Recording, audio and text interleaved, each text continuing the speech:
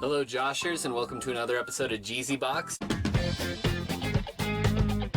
Today we're going to be continuing our Marvel Cinematic Universe journey through Phase 1 with The Incredible Hulk. The Incredible Hulk stars Ed Norton as the titular hero. He was, of course, recast for the entire rest of the MCU. As I said, we were going to go over this in more detail today. That was because of a money grab. Marvel didn't want to shell it out. They just recast him and got Ruffalo for the Avengers. The Incredible Hulk movie is just kind of cataloging just a snapshot of his journey while he doesn't really have the Hulk completely under control. Actually, the Incredible Hulk movie, if anything, we see the definitive moment where he actually starts to kind of have some kind of focus as the Hulk. The way he's portrayed in it, he's being hunted by the military, and he's a danger. He's dangerous. And I mean, a creature like that, without anyone to stop him, would be.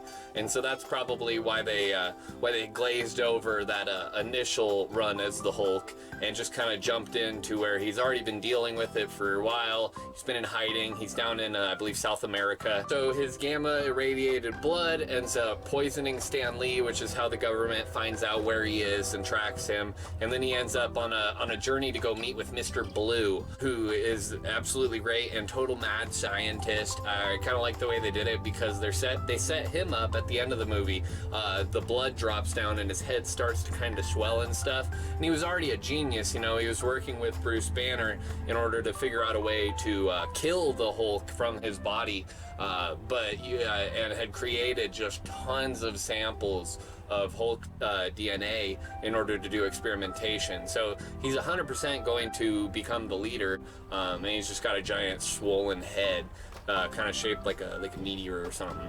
Mark Ruffalo was announced to be in the She-Hulk Disney Plus series that's coming, and I have heard rumblings for a while that Abomination has been coming back. I believe I heard that he was coming back in Falcon and Winter Soldier. I loved the Abomination and Hulk fight. Not only did they recast Ed Norton's Hulk in the MCU Avengers, they also recast the animated version of the Hulk, and that he looks completely unrecognizable as compared to this one. The Eric Bana version that came out years before, I had seen that version actually when it was in theaters. I saw it at the Garland Theater, local theater, you know, support local.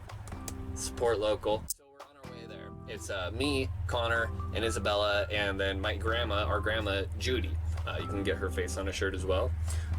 So we're taking the bus, 'cause she had a brain aneurysm years ago, so she wasn't really capable of driving. And Isabella was just now reaching an age where she no longer needed a stroller, but we still had it on hand just in case. And so Connor and I are very much still kids. I'm carrying the stroller. The bus was coming and we were gonna miss the bus. My grandma couldn't really run again because of the aneurysm. She's back with Isabella and she yells at us in her super raspy voice, "Go get it! Get the bus!" Connor and I take off after it, and so the wheels of the stroller hit concrete, and the whole thing, I'm running along and it just sweeps my legs out right from underneath me and I go down. It had just destroyed my knee, just big bloody mess. And the real icing on the cake was my grandma's raspy Batman voice in the background going, "Leave him! Leave him!" as Connor starts to turn around to try to help me. We did end up catching the bus, and unfortunately we did end up wasting money on that movie because what a disappointment it turned out to be. And on top of the pain that it literally cost me to get there and after the fact, it 100% was not worth it. They said they were trying to go for a very comic booky style with the whole several screens popping at you at once, but all it really fed for the imagination was 24. You kept waiting for Kiefer Sutherland to come running out. I'm going to be doing more Marvel movies, obviously. We're only 2 movies deep into Phase 1. Captain America First Avenger, we got Thor coming, Iron Man 2, and we've got Avengers coming. Definitely hit subscribe and don't miss out. Why dress like you when you can wear me?